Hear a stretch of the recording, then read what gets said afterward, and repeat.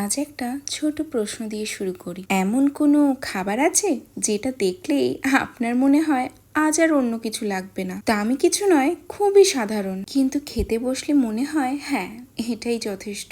আজ আমি ঠিক তেমনই একটা খাবার নিয়ে বসেছি। গরম ভাত, পুঁই শাকের তরকারি আর ইলিশ মাছের ঝোল। শুনতে খুব সাধারণ লাগছে, তাই না? কিন্তু আসল মজা এখানেই, কারণ সুখের অনেক মুহূর্ত এমন সাধারণ জিনিসের মধ্যেই লুকিয়ে থাকে। আমরা সবাই ভালো খাবার খুঁজি, নতুন নতুন রেস্টুরেন্টে ট্রাই করি, কিন্তু বাড়ির এই এক প্লেট ভাতের মতন তৃপ্তি কি সবসময় পাওয়া যায়? আমার তো মনে হয় না।